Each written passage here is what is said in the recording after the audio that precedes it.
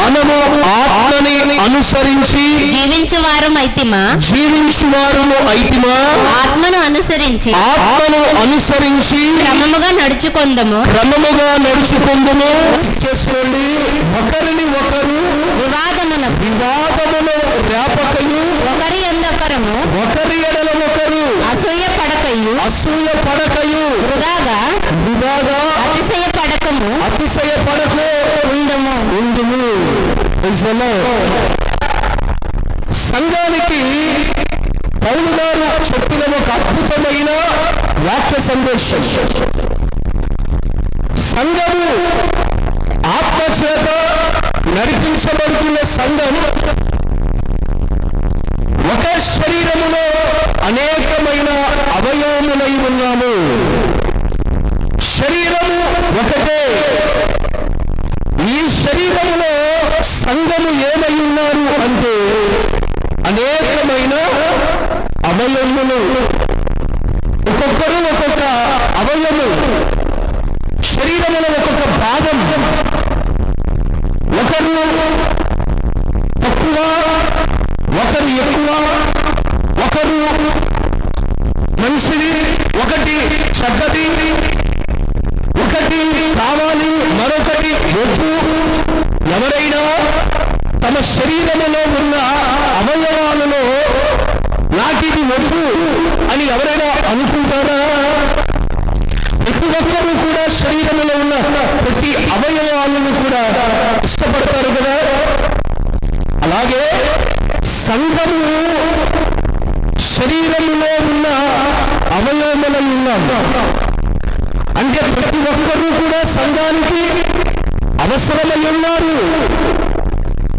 ప్రతి ఒక్కరు కూడా సంఘములో భాగమై ఉన్నారు. ప్రతి ఒక్కరికి సంఘములో బాధ్యతలు ఉన్నాయి. ప్రతి ఒక్కరూ సంఘాన్ని బాగుగా చూసుకోవాలి.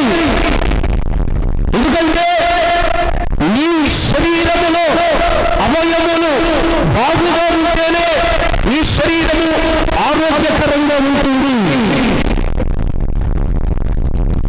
ఎవరు తమ శరీరములో ఉన్న ఏ భాగాన్ని కూడా ద్వేషించరు.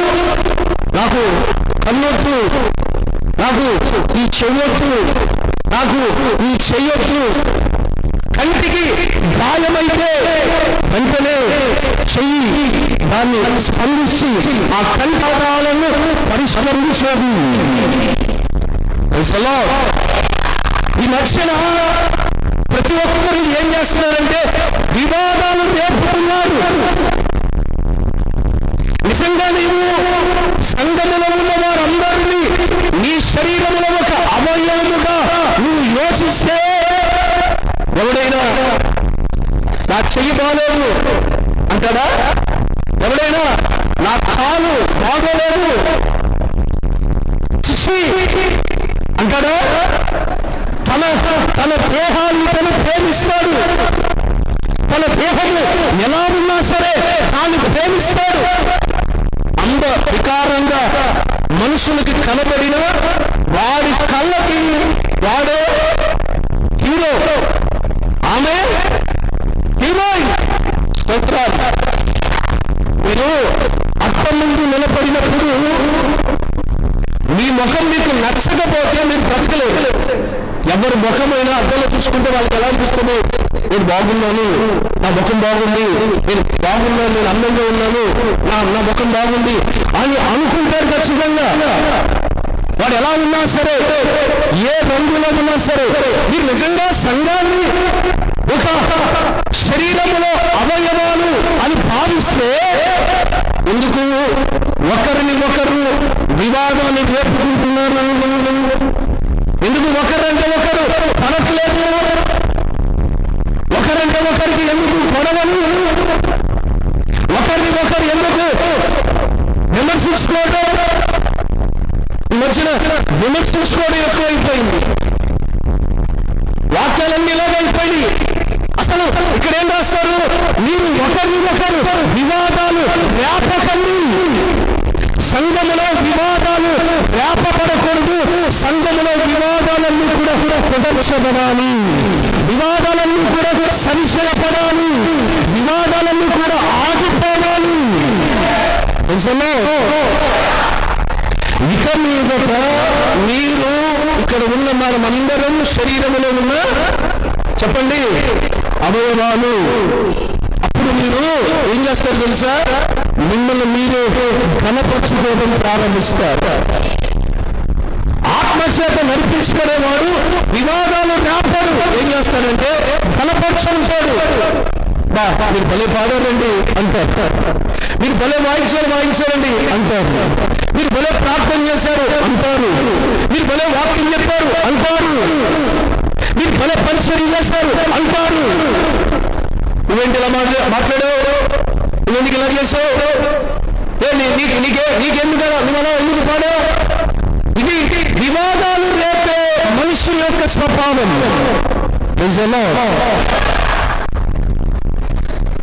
నా శరీరంలో ఉన్న ప్రతి భాగాన్ని నేను ఎంత ప్రేమిస్తున్నానో సంఘములో ఉన్న ప్రతి మనిషిని కూడా ఆ సంఘమున ప్రేమించగలిగితే అదే ఆత్మచేత జీవించబడిన సంఘం, ఆత్మచేత నడిపించబడుతున్న సంఘం.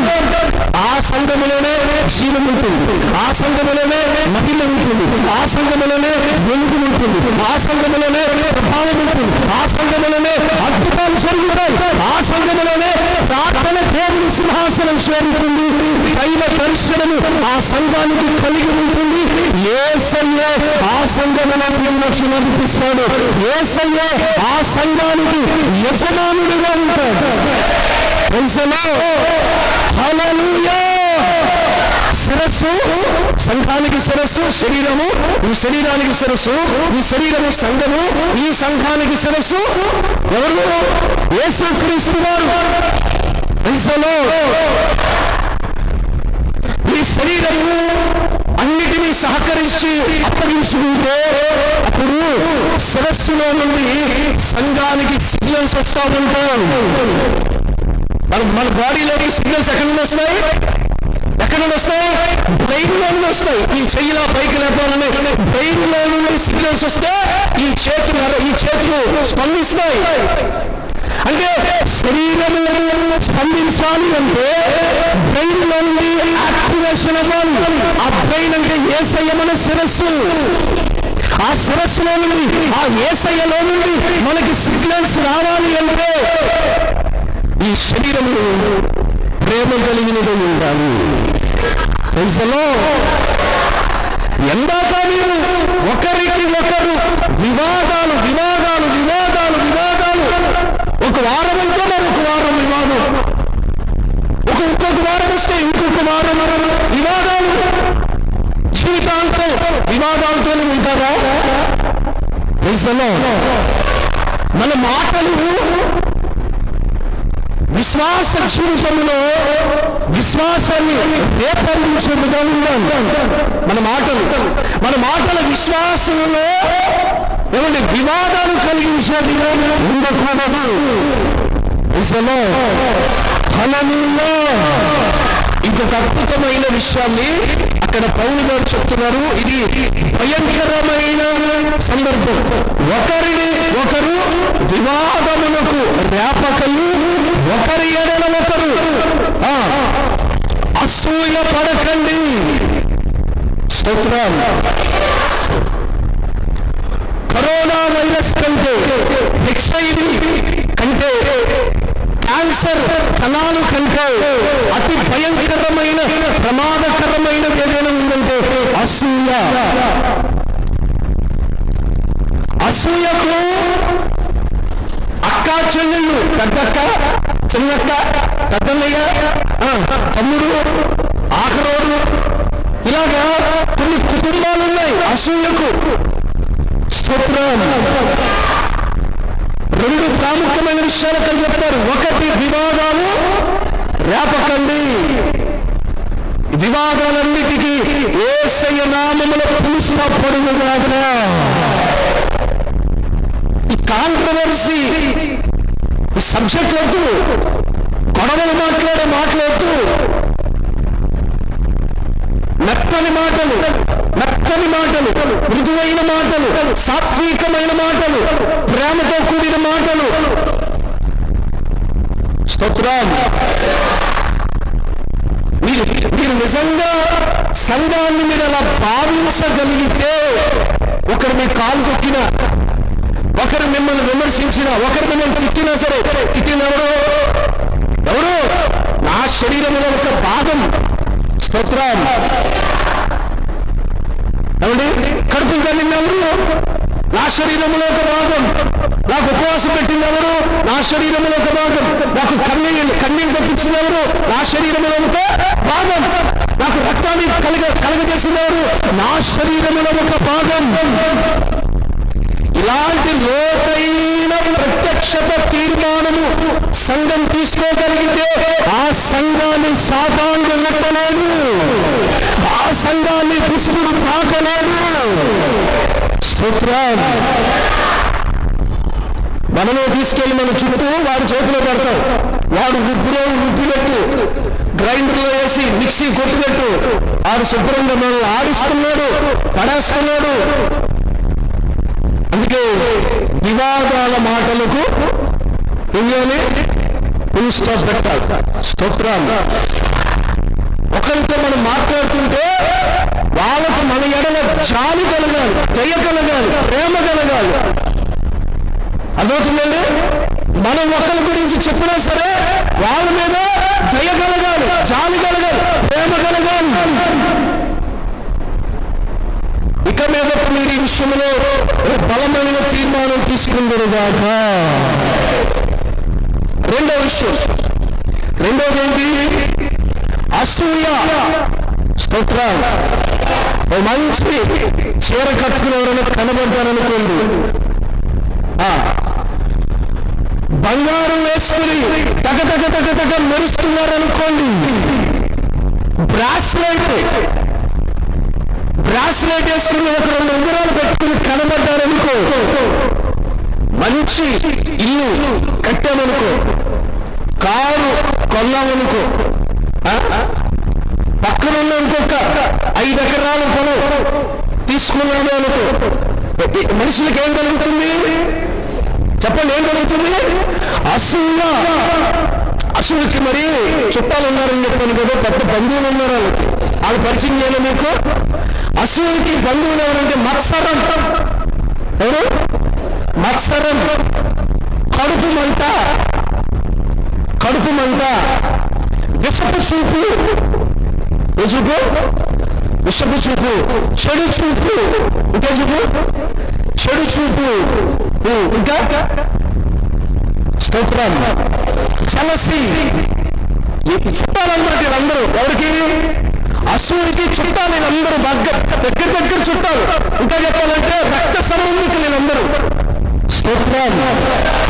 బైబిల్లో అసూయ అనే మాటలో మత్సరము, ఈర్ష, ఏమండి, తర్వాత చెడు చూపు, లేక ఇంకా విషపు చూపు, ఇంకేమంట, కడుపు మంట, స్తోత్రం. హల్లెలూయా. బాగా పాడినా, బాగా ప్రసంగించిన, ఎదిగినా, బలపడినా, సౌందర్యంగా ఉన్నా, ఆరోగ్యకరంగా ఉన్నా, ఆస్తులు సంపాదిస్తున్నా, పిల్ల పాపలతో వర్తిల్లుతున్నా, ఇల్లు కట్టి ఏమండి అప్పులు తీర్చి సంతోషంగా ఉన్న వారందరికీ ఎదుటి వాళ్ళు ఎలా చూస్తున్నారంటే అసూయ. స్తోత్రం. అసూయ పడిన వాళ్ళు ఏమయ్యారు? అసూయ పడితే ఏం జరుగుతుంది? ఇది ఈరోజు మనం నేర్చుకునే ఒక చాలా ప్రాముఖ్యమైన సందేశం. స్తోత్రం. ఈ రోజు ఒకవేళ మీలో ఎవరికైనా ఎవరి మీదైనా జెలసీ ఉంటే ఈ వాక్యాలు విని దానిలో నుండి మీరు బయటకు వచ్చే ప్రయత్నం చేయాలి ఖచ్చితంగా. ఎందుకంటే అది మీకు ప్రమాదాన్ని తీసుకొస్తుంది. ఎలాంటి ప్రమాదాలు వస్తాయో కొన్ని మాటలు మీకు టూకీగా చూపిస్తా బైబిల్లో నుండి. యాకోబు పత్రిక 3వ అధ్యాయం. యాకోబు పత్రిక 3వ అధ్యాయము 14వ వాక్యం చదవండి. అయితే మీ హృదయములలో సహింపనలవి కాని మత్సరమును వివాదమును ఉంచుకున్న వారైతే అతిశయపడవద్దు. మత్సరము వివాదాలు ఉంచుకున్న వారైతే అతిశయపడవద్దు. సత్యమునకు విరోధముగా అబద్ధమాడవద్దు. 16వ వాక్యం చూడండి. ఏలయనగా మత్సరమును వివాదమును. మత్సరము అంటే కూడా మీకేం చెప్పాను? అసూయ. మత్సరం అంటే అసూయ. అసూయ లేదు. హల్లెలూయా. అసూయ నాకు లేదండి. స్తోత్రం. హల్లెలూయా. అనలేకపోతున్నారు చాలా మంది. కళ్ళల్లో వాళ్ళకి అది తెలిసిపోతుంది. మంచి బంగారు వేసుకుంది వాళ్ళకి ఈర్ష. కళ్ళు కొట్టేస్తా కళ్ళు ఏమంటారు? చూసేపా ఓ ఇది వరకు ఇలా ఉండే ఏంటి ఎలాగైపోతున్నారు పట్టిందల్లో బంగారం అయిపోతుంది. ఇది వరకు పట్టిందల్లో పేడ మట్టి, ఇప్పుడు పట్టిందల్లో బంగారం అయిపోతుందేంటి? స్తోత్రం. దేవుని బిడ్డలారా, అసూయ పడితే జరిగే ప్రమాదాలు బైబిల్లో నుండి నేర్చుకుంటున్నాం. 16వ వాక్యములో ఏలయనగా మత్సరమును వివాదమును ఎక్కడ ఉండునో అక్కడ అల్లరియు ప్రతి నీచ కార్యమును ఉండును. స్తోత్రం. అసూయ ఏ ఇంట్లో ఉంటుందో అక్కడ ఏముంటాయంట? అల్లరి.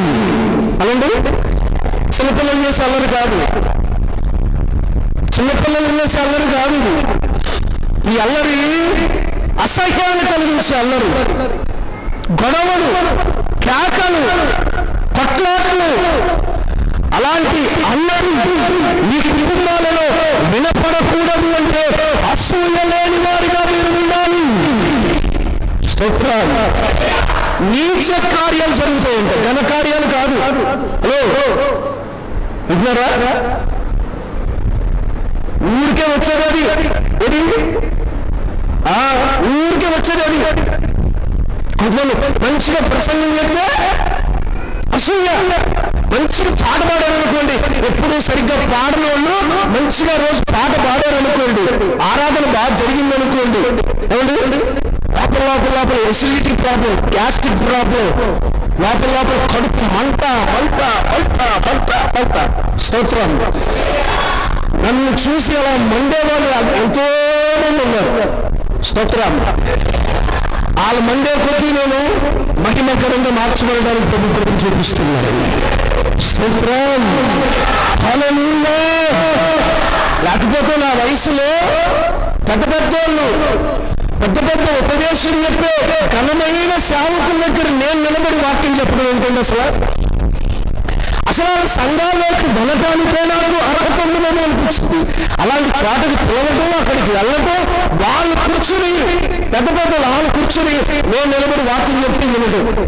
స్తోత్రం. హల్లెలూయా. ఏం విన్నారా?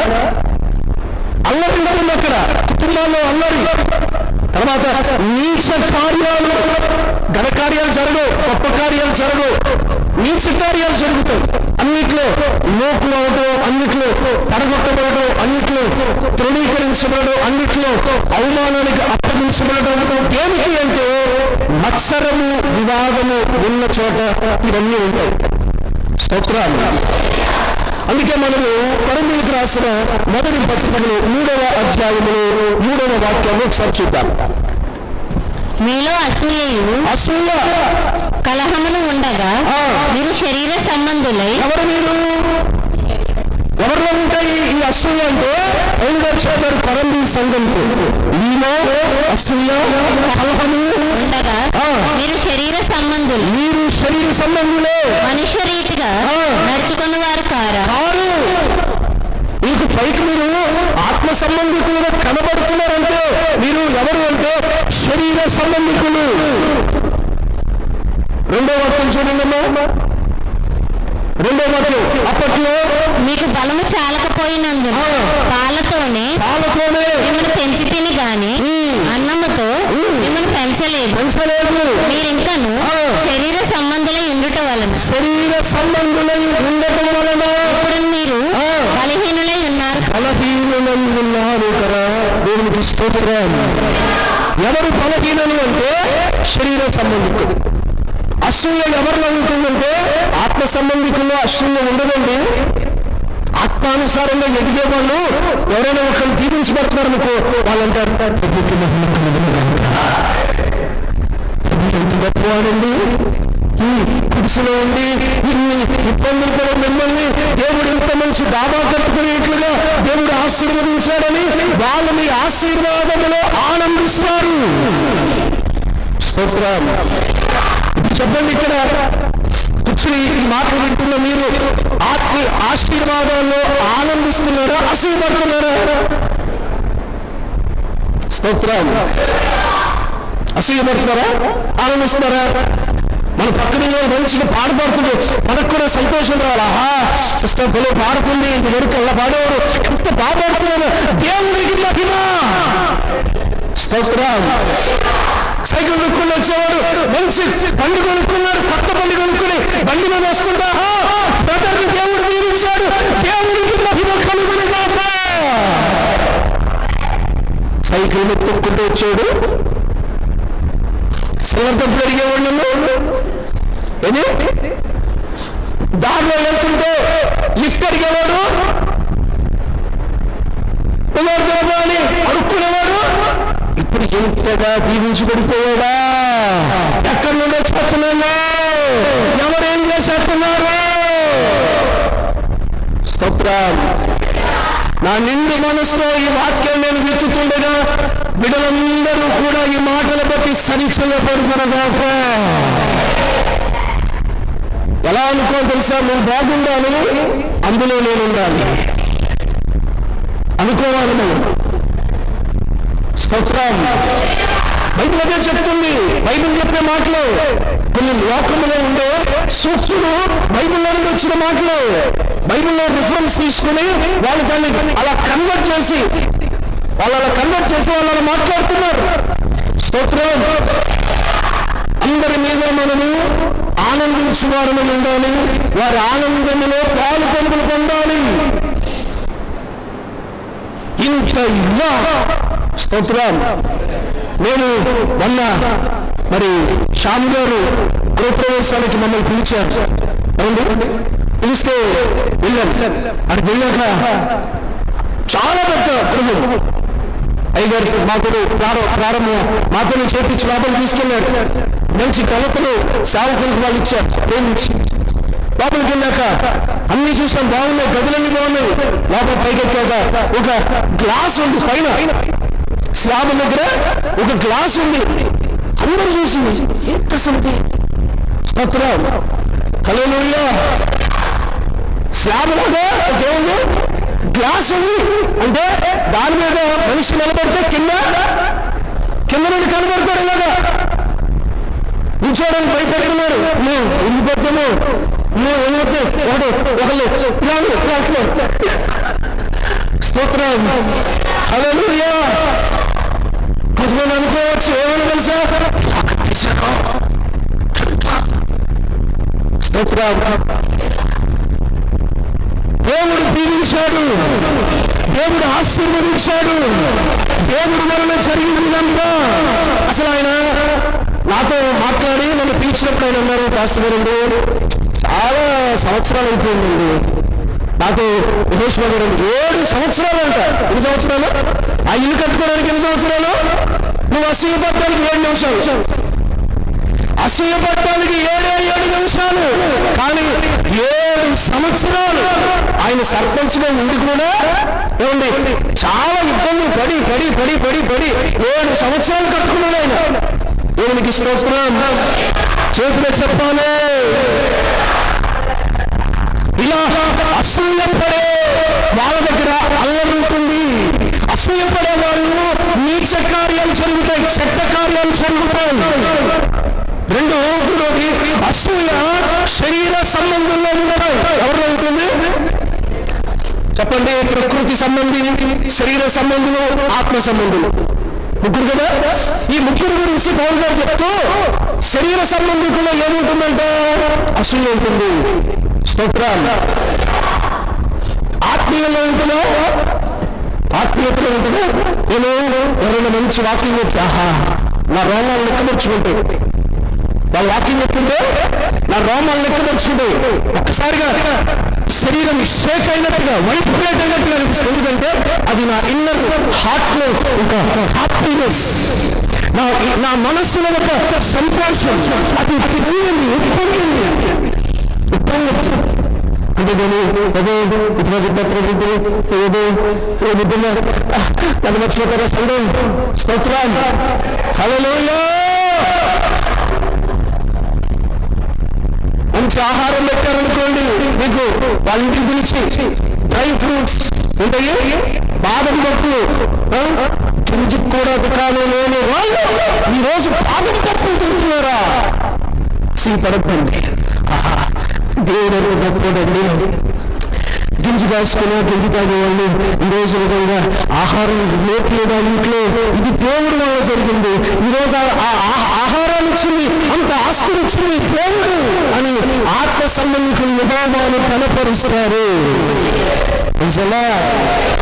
చూడండి, గలతీయులకు రాసిన పత్రిక 5వ అధ్యాయం 21వ వాక్యాన్ని చూద్దాం.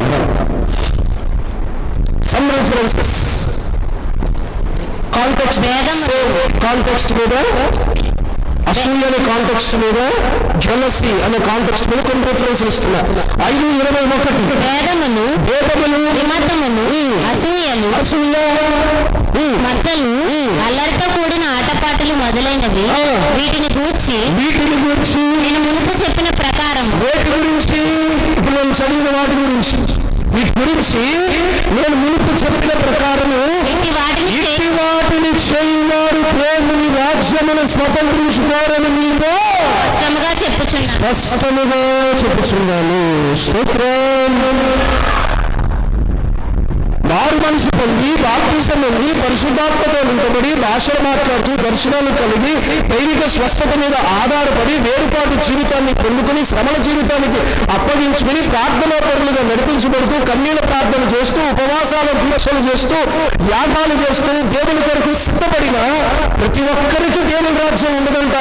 ఎవరైతే అసూయ పడిపోతున్నారో వీరు ఎంత ప్రార్థనా పరులైనా, ఎంత విశ్వాస వీరులైనా, ఎంత యథార్థ పరులైనా సరే వీళ్ళకి దేవుని రాజ్యములో చోటు ఉండదు. ఎక్కడ? మనుషుల మధ్యలో చోటు ఉండొచ్చు అసూయపడే వాళ్ళు, కానీ దేవుని దగ్గర అసూయపడే వాళ్ళకి చోటు లేదు. స్తోత్రం. అందుకే బైబిల్లో స్పష్టంగా ఇవన్నీ కూడా రాసి పెట్టి ప్రభు మనల్ని ప్రేరేపించి మన బుద్ధిని, మన మనస్సును మార్చుకోమని ఈ పూట ఈ సందేశాన్ని దేవుడు మనకు వినిపింపు చేస్తున్నాడు. స్తోత్రం. ఆ 20వ వాక్యం చదవండి ఒకసారి. 20వ వాక్యం. విగ్రహారాధన, అభిచారము, ద్వేషములు, కలహము, మత్సరము, క్రోధము, కక్షలు. చెప్పండి, అన్ని పెద్ద ఫ్యామిలీ మెంబర్స్. వీళ్ళందరూ ఎవరు? Family members. అసలు ఒకళ్ళొకళ్ళు చూసుకోకుండా ఉండరు, ఒకళ్ళొకళ్ళు మాట్లాడుకోకుండా ఉండలేరు ఈ ఫ్యామిలీ మెంబర్స్. మరి ఈ ఫ్యామిలీ మెంబర్లో ఒక్కడైనా మీ ఇంట్లో ఉంటే మీ ఫ్యామిలీలో అల్లర్లు మొదలవుతాయి, మీ ఫ్యామిలీలో నీచ కార్యాలు ప్రారంభమవుతాయి, మీ కుటుంబాలు శరీర సంబంధమైన కుటుంబాలను అర్థమైపోతాయి. కాబట్టి వీళ్ళెవరిని మీ ఇంటికి పిలవకండి. ఒకవేళ పిలిచారా ఇప్పుడు పంపించేయండి. దేవునికి స్తోత్రం. చదువులో మరొక మాట, యోబు పుస్తకం 5వ అధ్యాయం 2వ వాక్యం. దుర్భాగ్యమును గూర్చి ఏడ్చుట వలన మూర్ఖులు నశించెదరు, బుద్ధి లేని వారు ఆ మాట చూడండి, బుద్ధి లేని వాళ్ళు అసూయ వలన చచ్చెదరు. అసూయ, బుద్ధి లేని వారి దగ్గర అసూయ ఉంటుంది. స్తోత్రం. అసూయ ఎక్కడ ఉంటుంది? శరీర సంబంధికుల దగ్గర. 2, అసూయ ఎక్కడ ఉంటుందంటే బుద్ధి లేని వాళ్ళు, వాళ్ళకి బుద్ధి ఉండదు. ఏం మాట్లాడుతున్నావు, ఎందుకు ఇలా ప్రవర్తిస్తున్నావు, ఏమైంది మనకి అంటే బుద్ధి కోల్పోయాయి. స్తోత్రం. అలాంటి వాళ్ళకి ఏమొస్తుంది? అసూయ అనేది ప్రవేశిస్తుంది. స్తోత్రం. బైబిల్లో మీరు అలాంటివి ఎన్నెన్నో చూస్తారు. చూడండి, లేయాకి పిల్లలు పుట్టారు, రాహేలుకి పిల్లలు పుట్ల. రాహేలు భర్త దగ్గరికి వెళ్ళి, ఇదిగో నాకు పిల్లల్ని ఇస్తానా, లేకపోతే నా ప్రాణాన్ని తీసుకుంటాను. పిల్లలు లేకపోతే ప్రాణాలు తీసుకుంటారు. ఎందుకంటే లేయాకి పిల్లలు పుట్టారని లేయాను చూసి అసూయ పడినందున. స్తోత్రం. ఇద్దరు ఎవరండి? లేయా రాజులు ఎవరు? ఒక ఇంట్లో ఉన్న వాళ్ళకి అసూయ. ఇది ఈ రోజు వచ్చింది కాదు, ఆ రోజు నుండి ఉంది. బయట వాడి మీద కాదు, ఇంట్లో వాడి మీద అసూయ పడే వాళ్ళు ఎక్కువైపోయారు. స్తోత్రం. చూడండి, కొంతమంది ఏమంటారు, డాడీ పెద్దోళ్ళు బాగా ఇష్టపడతాడు, నన్ను ఇష్టపడ్డు. స్తోత్రం. పెద్దోడు ఏం అడిగితే తీసుకొచ్చిస్తాడు.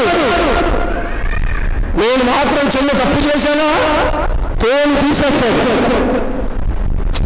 అంతేలే, ఇద్దరు బిడ్డలు కాదు డాడీకి ఒకడే, నేను కాదులే. స్తోత్రం. అసూయ కుటుంబాలలోనే ప్రారంభమయ్యేది. అది సంఘంలో రాకూడదు. సంఘంలోనికి రాకుండా మీరు ఒకరి ఎడల ఒకరు క్రీస్తు ప్రేమ కలిగి ఉండగాక.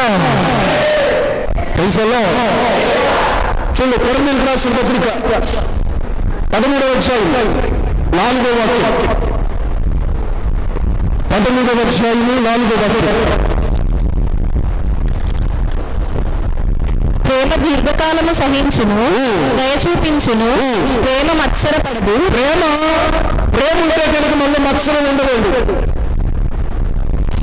నేను చెప్తూ వస్తున్నాను మీకు, మత్సరమన్నా అసూయన్నా, వారంలో అన్నా, జలసి అన్నా, కడుపు మంటన్నా, పసుపు చూపన్నా, చెడు చూపన్నా అన్నీ ఒకటే. స్తోత్రం. అసూయ పడితే ఏమవుతాం? అల్లరి పాలైపోతాం, నీచ కార్యాలు జరుగుతాయి. అసూయ ఎవరిలో ఉంటుంది? శరీర సంబంధికుల్లో ఉంటుంది. తర్వాత ఏం చెప్పాను? అసూయ బుద్ధి లేని వాళ్ళు, బుద్ధిహీనతలో ఉన్న వాళ్ళు అసూయ ఉంటుంది. మరి అసూయని ఎలా జయించాలంటే అక్కడ రాస్తాడు, ప్రేమ కలిగి ఉన్నవాడిలో మత్సరముండదు. ప్రేమ చదువు మాట్లాడు సార్. ప్రేమ దీర్ఘకాలం సహించు. దీర్ఘకాలం, ఒక కాలం కాదు. కొంతమంది చూశాను నా వల్ల కాదు. ఏమి వల్ల? బైబిల్ ఏం చెప్తుంది? నువ్వు ప్రార్థనా పరుడు అయితే, నువ్వు మందిరానికి వచ్చేవాడు అయితే, నువ్వు బోధకుడు అయితే, నువ్వు సేవకుడు అయితే, నువ్వు సువార్థికుడు అయితే నువ్వేం చేయాలంట? ప్రేమ దీర్ఘకాలం అంటే సచ్చేదాకా, పాడి కట్టేదాకా, పెట్టులో పెట్టేదాకా, కూర్చోదాకా, మట్టి పట్టేసేటప్పుడు కూడా ప్రేమ ఉండాలి నీకు. ఇది నీకు తెలియదుగా. పెట్టి పొడిచి తర్వాత ఏం చేస్తాం మనం? ఒక్కొక్కరు ఒక గంట తీసుకుంటాం, ఒక గంట తీసుకుని అది వేసేటప్పుడు కూడా మన ప్రేమ ఉండాలి. తగులుతేనే అది నెమ్మది వేయాలి. స్తోత్రం. అది ప్రేమ దీర్ఘకాలం సహిస్తుంది. సంఘములో మీరందరూ ఒక్కొక్క అవయవం మీరు ప్రతి అవయవాన్ని దీర్ఘకాలం మీరు సహించాలి. దీర్ఘకాలం ఒక్కొక్కరిని సహించాలి. దీర్ఘకాలమును సహించే మనసు రావాలి. అలా సహించే సాత్వికులుగా మారుతున్నదో ప్రేమ మత్సరపడదు. మన యేసయ్యకి మంచి పేరు చెప్పండి, ప్రేమ. ఆయన ఎవరు? ప్రేమ స్వరూపి. అంటే యేసయ్య స్వరూపాన్ని చూద్దామంటే ఆయన స్వరూపమే ప్రేమ. స్తోత్రం. యేసయ్య ఒకసారి కనిపించాలంటే ప్రేమ ఆయన స్వరూపం.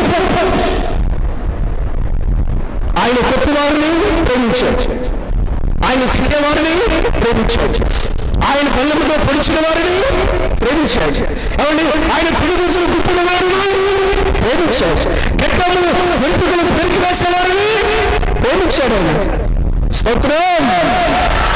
తల మీద ముళ్ళ పిడుగులు పెట్టిన వారిని ప్రేమించాడు. వస్త్రహీనుడుగా చేస్తే అయినా సరే ఆయన ప్రేమించాడు. ముఖం మీద వేస్తే ప్రేమించాడు. స్తోత్రం. అంతటి ప్రేమ కలిగిన యేసయ్యను కలిగి ఉన్న మనము ఒకరిని ఒకరు ప్రేమించుకోకపోతే ఎలా? అధ్యాయంలో ఇంకా చూడండి, 8వ వాక్యం చూడండి. ప్రేమ శాశ్వత కాలం ఉంది. శాశ్వత కాలం ఉండదు. 11వ వాక్యం చూడండి. కాగా విశ్వాసము, నిరీక్షణ, ప్రేమ ఈ మూడును నిలుచును. వీటిలో శ్రేష్టమైనది ప్రేమ. విశ్వాసము, నిరీక్షణ, ప్రేమ ఈ మూడు నిలిచి ఉంటాయి. మళ్ళా వీటిలో ప్రథమమైనది ముఖ్యమైనది ఏదైనా ఉందంటే ఇట్స్ లవ్. స్తోత్రం. ఆదికాండంలో 37వ వాక్యం చూడండి సార్. అప్పుడు ఇశ్రాయేలు యోసేపును చూచి, నీ సహోదరులు షెకెములో మంద మేపుచున్నారు, నేను వారి యొద్దకు పంపెదను రమ్మన్నప్పుడు 11 అతని సహోదరులు అతని యందు అసూయపడిరి. అయితే అతని తండ్రి మాత్రం ఆ మాట జ్ఞాపకం ఉంచి తలపై చెప్పండి. యోసేపు తెలుసా మీకు? యోసేపు కలగన్నాడు. ఏం కలగన్నాడు? సూర్యుడు, చంద్రుడు, 11 నక్షత్రాలు ఇవన్నీ కూడా యోసేపుకి సాష్టాంగపై నమస్కారం చేస్తున్నట్టుగా కలగన్నాడు. 11 పనులు పొలం దగ్గర ఒక పని మీద ఈ 11 పనులు ఏమైనాక ఆధారపడ్డాయి, ఆనుకున్నాయి. వెంటనే అన్ననన్నాడు, అంటే మేమందరూ నీకు సాష్టాంగపడతామేంట్రా? స్తోత్రం. హల్లెలూయా. అసూయ పడతారంట. ఈ కళ చెప్పినప్పుడు అన్నలు యోసేపు మీద అసూయ పడతారు. కానీ ఒక్క మాట అక్కడ మీరు గీత తీసుకోండి, తండ్రి జ్ఞాపకం ఉంచుకున్నాడట. స్తోత్రం. మన పరలోకముందున మన తండ్రి కూడా మనల్ని జ్ఞాపకం ఉంచుకుంటున్నాడు. ఆయన ఎవరు నీ మీద అసూయపడినా నీ ఆత్మీయ చింతనను సాగిపోతుండు దేవుడు నిన్ను జ్ఞాపకం చేసుకుంటున్నాడు. నీ ప్రార్థన దేవుడు జ్ఞాపకం చేస్తుంటే, నీ కుటుంబాన్ని దేవుడు జ్ఞాపకం చేస్తుంటే, నీ పిల్లల్ని దేవుడు జ్ఞాపకం చేస్తుంటే, నీ అవసరాన్ని దేవుడు జ్ఞాపకం చేస్తుంటే, నీ అక్కడిని దేవుడు జ్ఞాపకం చేస్తుంటే. తండ్రి మర్చిపోయాడా? యాకోబు మర్చిపోయాడా? మంజ పెట్టిన వేలు ఇవన్నీ జరుగుతాయి. అలాగే మన తండ్రి కూడా నిన్ను ఆయన మనసులో పెట్టుకున్నాడు. మిమ్మల్ని అందరినీ పరలోకపు తండ్రి మనసులో పెట్టుకున్నాడు.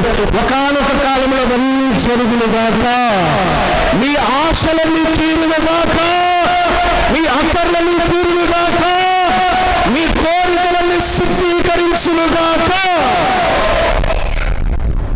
అసూయ ఎవరు మిమ్మల్ని మీ మీద పడి మీ మీద చూసి ఎన్ని మాటలన్నా, ఇప్పుడు ఏదేను వనం ఉందా? ఏదేను వనం. ఈ ఏదేను వనంలో దేవదారు వృక్షం ఉంది. దేవదారు వృక్షం. ఈ దేవదారు వృక్షం ఎలా ఉందంటే బహు సౌందర్యం కలిగి లోతుగా, నీళ్ళ లోతుగా, ఏంటి దేవదారు వృక్షాన్ని చూసి ఏదేను వనంలో ఉన్న వృక్షాలన్నీ కూడా అసూయపడుతున్నాయి. ఉంది అక్కడ ఏదేను వనం. ఏదేను వనం అంటే దేవుని తోట. దేవుని తోటలో ఉండి ఒక వృక్షం బాగా ఎదిగి సౌందర్యంగా ఏమండి బలసూచకముగా అది మార్చబడితే దాన్ని చూసి మిగిలిన వృక్షాలన్నీ కూడా అసూయపడుతున్నాయి. స్తోత్రం. దానికి ఇలాంటి మత్సరపడడం, ఒకరి మీద ఏడవడం మానేయాలి. అసలు ఉండకూడదు.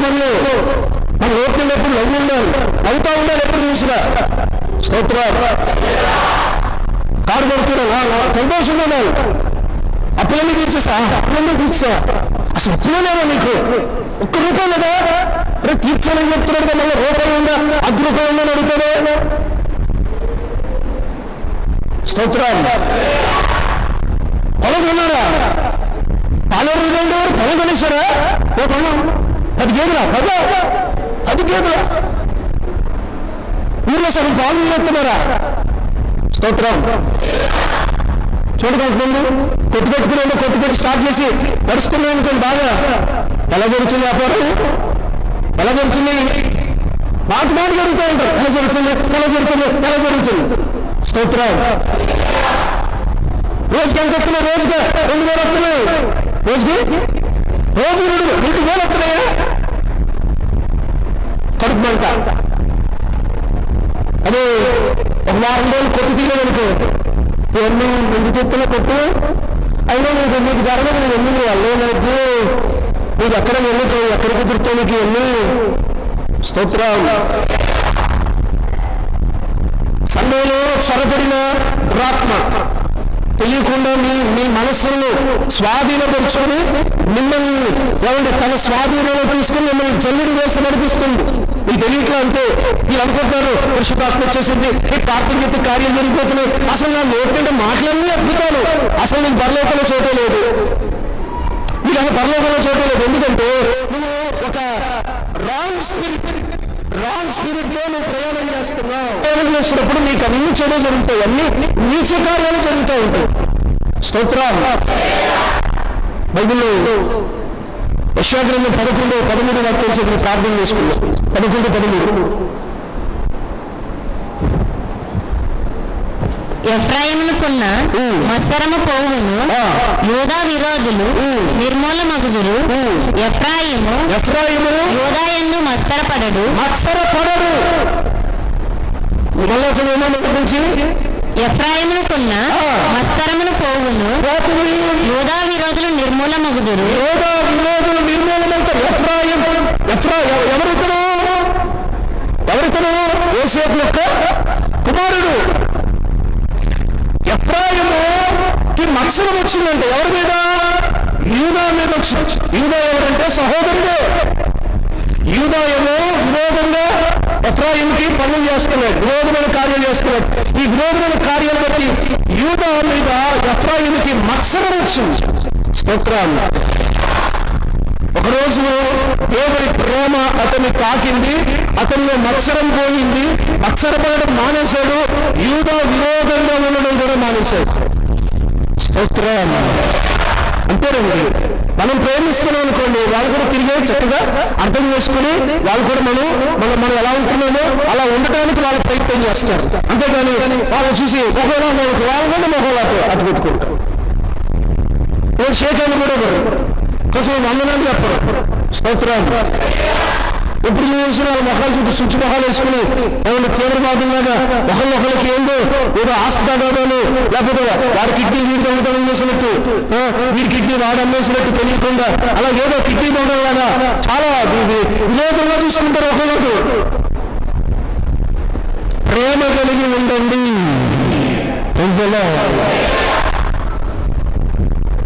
యేసయ్య ఎవరు? మరి మనం ఏమై ఉండాలి? యేసయ్య మనల్ని ఎంతవరకు ప్రేమించాడు? నిన్నటి వరకునా? రేపటి వరకునా? వచ్చే సంవత్సరం వరకునా? ఇప్పటి వరకు ఆయన గుండెల్లోకి హత్తుకునేంత వరకు ప్రేమ కలిగే ఉన్నాడు. నిన్ను ఆయన హత్తుకునేంత వరకు కూడా ఆ ప్రేమలో ఎక్కడ తక్కువ చేయలేదు. ఆయన తక్కువ చూపలేదు ఆయన. ఒకరిని చిన్నగాను ఒకరిని పెద్దగా చూడలేదు.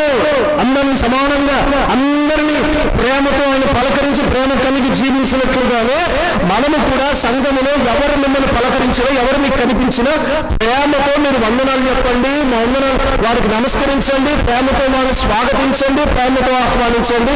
అట్టి వారిని ప్రభు సమృద్ధిగా దీవించి ఆశీర్వదించునుగాక. సామెతల పుస్తకం 14:30. సామెతల పుస్తకం 14:30.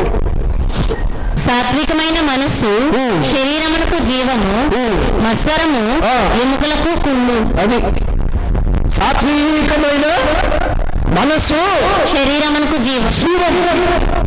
శరీరానికి జీవం కలుగుతుంది. మన యేసయ్యకి మరో పేరు ఏంటంటే సాత్వికుడు. యేసయ్యకి మరో పేరేంటి? సాత్వికుడు. అందుకే ఈయన జీవం కలిగి ఉన్నాడు. ఎంత జీవం అంటే ఇప్పటికీ జీవం కలిగిన వాడు యేసయ్య. ఎందుకంటే ఆయన సాత్వికుడు. అసూయ కలిగిన వాళ్ళు వాళ్ళు ఎముకలకు ఏం కలుగుతుంటే కుళ్ళు. స్తోత్రం. కుళ్ళిపోయే వాళ్ళు కుళ్ళిపోతారు. అది దాని అర్థం ఏంటంటే ఒకళ్ళని చూసి కుళ్ళిపోతున్న వాళ్ళు ఏమవుతారు? కుళ్ళిపోతూ ఉంటారు. స్తోత్రం. పాడైపోతూ ఉంటారు, చెడిపోతూ ఉంటారు, పత్రమైపోతూ ఉంటారు, పచ్చదనం ఉండదు, ఎండిపోతూ ఉంటారు, ఎదుగుదల ఉండదు, వాడిపోతూ ఉంటారు, అడగట్టబడుతూ ఉంటారు. ఎందుకంటే కుళ్ళు కలిగిన వాళ్ళు. స్తోత్రం. అలా ఉండకండి. మంచి ఐఫోన్ కొనుక్కున్నానంటే ఎవరైనా మంచి ఫోన్, మంచి సెల్ ఫోన్ కొనుక్కున్నానంటే ఇలా చూసి ఫోన్ కొనేసేదా? స్తోత్రం. విదేశాలకు వెళ్తారనుకోండి, విదేశాలకు వెళ్ళిపోతావా, ఇంకెంత సంపాదించేస్తావో, ఎన్ని లక్షలు వచ్చేస్తాయో, ఎన్ని కోట్లు వచ్చేస్తాయో, అక్కడికి వెళ్ళి కష్టపడేవాడు ఆడు. ఇదా వెళ్తావు పని. స్తోత్రం. కుళ్ళుకోకుండా ఎవరైనా కొంచెం సేవకుడి దగ్గర దాకా వచ్చి పరిచయం చేస్తా, కొంచెం సేవకుడి భుజానికి సహకారంగా, సేవకుడి చేతికి సహకారంగా ఉంటే కొంతమంది కుళ్ళిపోతూ ఉంటారు. స్తోత్రం. ఇలాంటి మనసు మనలో లేకుండా ఉండకుండా మనం సరిచేయబడాలి, సరిదిద్దబడాలి. బైబిల్లో మీరు చూడండి, దావీదు సౌలు ఇద్దరు ఉన్నారు. సౌలు రాజుగారు, దావీదు ఒక గొర్రెలు కాసుకుని కాపరు. ఒక యుద్ధ సమాచారంలో దావీదు ఇశ్రాయేలు పక్షాన్ని నిలబడ్డాడు.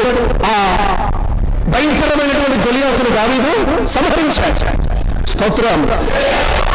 కూరు కూడా ఉండక ఆ ఊర్లో ఉన్న వాళ్ళందరూ ఏమన్నారంటే దావీదును చూసి, ఇంతకాలం వాటర్ మధ్యలో ఉన్న మా బ్రతుకులకు వెలిగి కలగజేశావు కదా, దావీదు 10,000, సౌలు 1,000 కొలది. ఇప్పుడు వాస్తవానికి వాళ్ళు ఏం పాడాలంటే దావీదు గురించే పాడాలి. ఎందుకంటే అక్కడ విక్టరీ ఎవరి వల్ల వచ్చింది? దావీదు వల్ల విక్టరీ వచ్చింది. కాబట్టి వాళ్ళు దావీదు గురించే పాడాలి. కానీ వాళ్ళు ఉన్నారు రాజుగారు కదా అని చెప్పి రాజుగారిని కూడా ఏం చేశారు? గౌరవించారు. సౌలు 1,000 కొలది, దావీదు 10,000 కొలది అని పాడబడారు. మీరు ఇవన్నీ చాలా ఇంటర్లింక్డ్గా ఉంటాయి వాక్యాలన్నీ. 10,000 కొలది అన్నారా? దావీదు 3వ కీర్తనలో దావీదు ఏమంటారు తెలుసా? 10,000 మంది నా మీద దండెత్తి వచ్చినా నేను భయపడను అంటారు. స్తోత్రం. అంటే ప్రకటించబడటం కూడా చాలా శిక్షకు దారి అనమాట. వాళ్ళు ఏమన్నారు? 10,000 కొలది అన్నారు.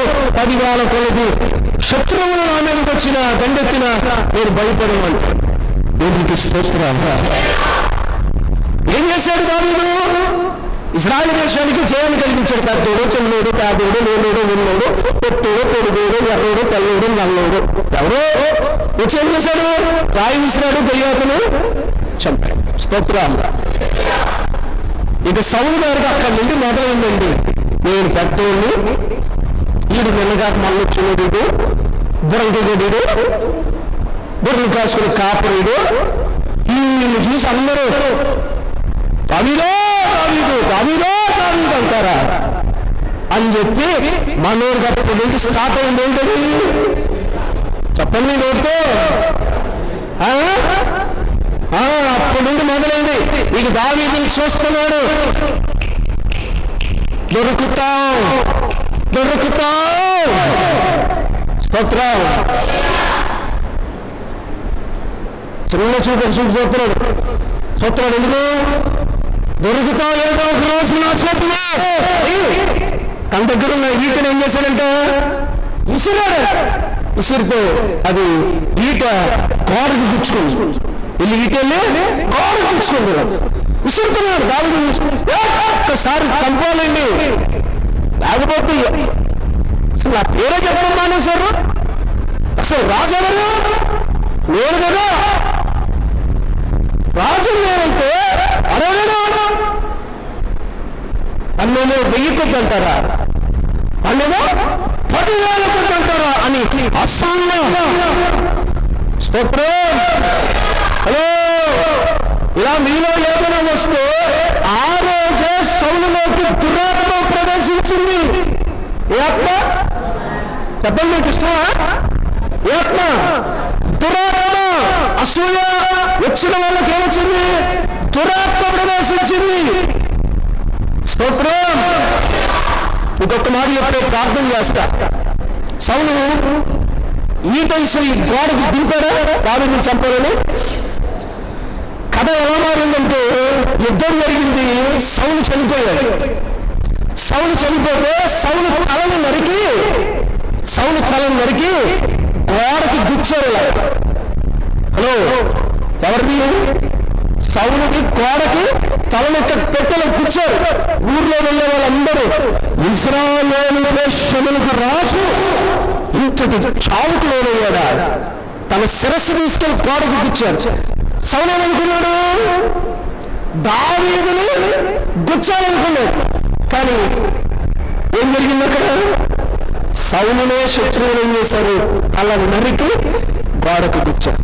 గుర్తుపెట్టుకో, నీ ఒకరిని పతనం చేయాలని నీ ప్రయత్నాలు చేస్తే నీ పతనానికి పేరు ఆ రోజు నిర్ణయం చేస్తాడు.